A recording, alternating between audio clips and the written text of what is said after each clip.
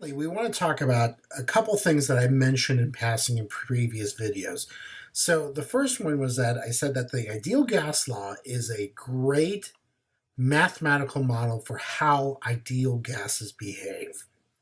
And remember, an ideal gas is a hypothetical gas that it has their pressure, volume, temperature relationship explained by the ideal gas law model. Okay. Now, the other thing I wanted to bring up was that the kinetic molecular theory of gases said that when gas particles collide, these particles don't feel attractions or repulsions. They just bounce off of each other. All right, so remember that the gas laws and the kinetic molecular theory assumes that no molecules exert any intermolecular forces, and now we know that that's not true. They do. There is some sort of attraction or repulsion between the atoms. Okay, and we also know that in the ideal gas law models an ideal gas. So if we're looking in this picture right here, this blue line here indicates what an ideal gas is. And if you look at these graphs, and we're graphing PV equals over RT, which is number of moles. If you take a look at these graphs, at no point do these graphs really model how real gases behave.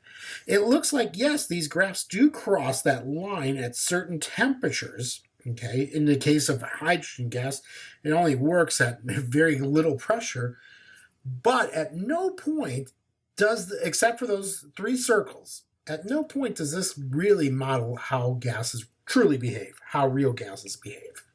So to correct for those deviations from the ideal gas model, the Dutch physicist Johann van der Waals derived an equation based on the ideal gas law that corrects the pressure and the volume for the attractions and repulsions between gas particles.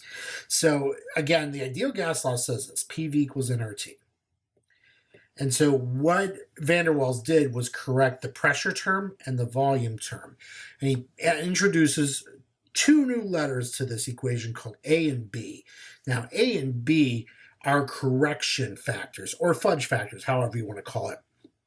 These are constant values that depend on the gas that you're looking at, depending on the gas that you're putting into the equation.